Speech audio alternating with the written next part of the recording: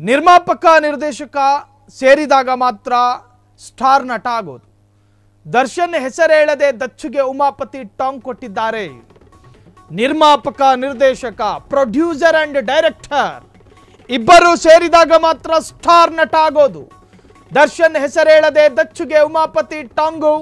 ಒಬ್ರು ಹೇಳಿದ್ರು ನಿರ್ಮಾಪಕರು ಇದ್ರೆ ಸ್ಟಾರ್ ಆಗಲ್ಲ, ಸಿನಿಮಾ ಆಗುತ್ತೆ ಅಂತ. ನಿರ್ಮಾಪಕರು ನಿರ್ದೇಶಕರು ಸೇರಿದಾಗ ಮಾತ್ರ ಸ್ಟಾರ್ಗಳನ್ನು ಹುಟ್ಟು ಹಾಕಬಹುದು.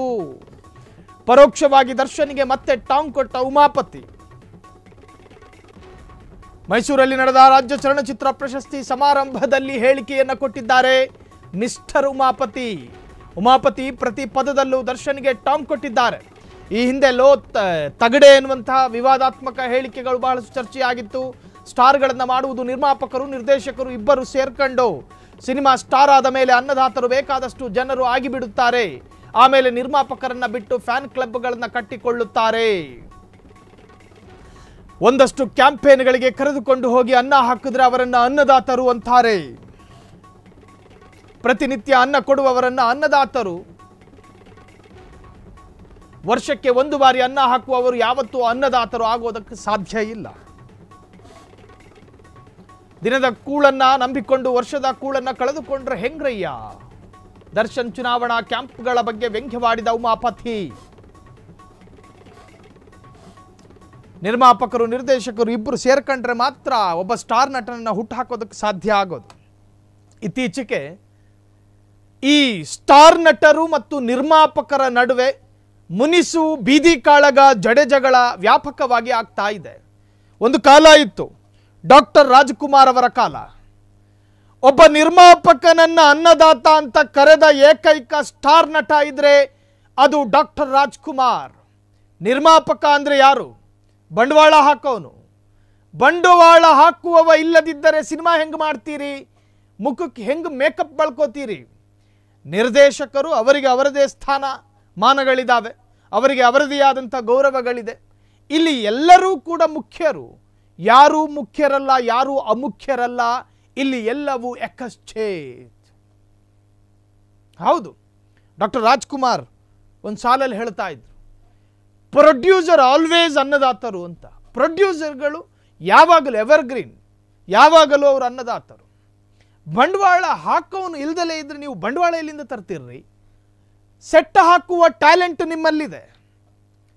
ದೊಡ್ಡ ದೊಡ್ಡ ಸಿನಿಮಾ ನಟರನ್ನ ಬುಕ್ ಮಾಡುವ, ಅವರನ್ನ ರಿಸರ್ವ್ ಮಾಡುವ ಕೆಪಾಸಿಟಿ ನಿಮ್ಮಲ್ಲಿದೆ.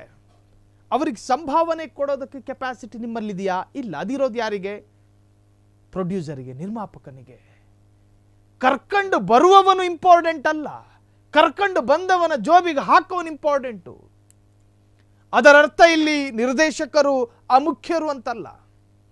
ನಿರ್ಮಾಪಕ ಮತ್ತು ನಿರ್ದೇಶಕ ಇಬ್ಬರು ಸೇರ್ಕೊಂಡ್ರೆ ಸ್ಟಾರ್ ನಟನನ್ನ ಹುಟ್ಟು ಹಾಕಬಹುದು ಅಂತ. ಏನೋ ಒಂದು 50 ಸಿನಿಮಾ ಮಾಡಿ ಏನೋ ಸ್ಟಾರ್ ಆದೆ, ನಡೆದು ಬಂದ ದಾರಿಯನ್ನ ಮರಿಬಾರ್ದು.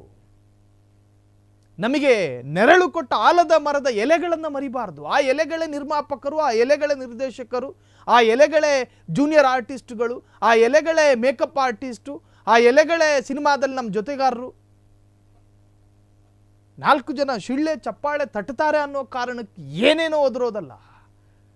ಉಮಾಪತಿ ಸಣ್ಣ ವಯಸ್ಸಿನ ವ್ಯಕ್ತಿ, ಅರ್ಥಾತ್ ಇತ್ತೀಚೆಗಿನ ಪ್ರೊಡ್ಯೂಸರ್ಗಳ ಪೈಕಿ ಯಂಗ್ಸ್ಟರ್ಗಳಲ್ಲಿ ಉಮಾಪತಿಯು ಕೂಡ ಒಬ್ಬರು. ಸರಳವಾಗಿ ಜೀವನ ನಡೆಸ್ತಾರೆ. ಅತ್ಯಂತ ಗೌರವಿತವಾದಂತಹ ಪದಪ್ರಯೋಗ. ಆದರೆ ದರ್ಶನ್ ಅವರಿಬ್ಬರ ನಡುವೆ ಒಂದು ಸ್ವಲ್ಪ ಮುನಿಸುಗಳು ಆಗಿಂದಾಗ ನಡೀತಾನೆ ಇರ್ತವೆ. ಪಾಪ ದರ್ಶನ್ ಜೈಲು ಸೇರ್ಕೊಂಡಿದ್ದಾರೆ. ಈ ಸಂದರ್ಭದಲ್ಲಿ ಉಮಾಪತಿಗೆ ಇದು ಬೇಕಿತ್ತ ಟಾಂಗ್ ಕೊಡೋದು? ಯಾಕೆ ಬೇಕು? ಒಬ್ಬ ವ್ಯಕ್ತಿ ಕಲ್ಲೆಡವಿ ಬಿದ್ದಾಗ ತಲೆಗೊಬ್ಬ ಕಲ್ಲಿಡ್ಕೊಂಡು ಆ ಗುಂಡಿಗೆ ಬಿದ್ದವನ ಮೇಲೆ ಎತ್ತಾಕೋದು ಸರಿಯಲ್ಲ. ಉಮಾಪತಿ ಪ್ರತಿ ಪದದಲ್ಲೂ ಕೂಡ ದರ್ಶನ್ಗೆ ಟಾಂಗ್ ಕೊಟ್ಟಿದ್ದಾರೆ. ಸ್ಟಾರ್ಗಳು ಮಾಡುವುದು ನಿರ್ಮಾಪಕರು ನಿರ್ದೇಶಕರು ಹಾಗೂ ಜನರು.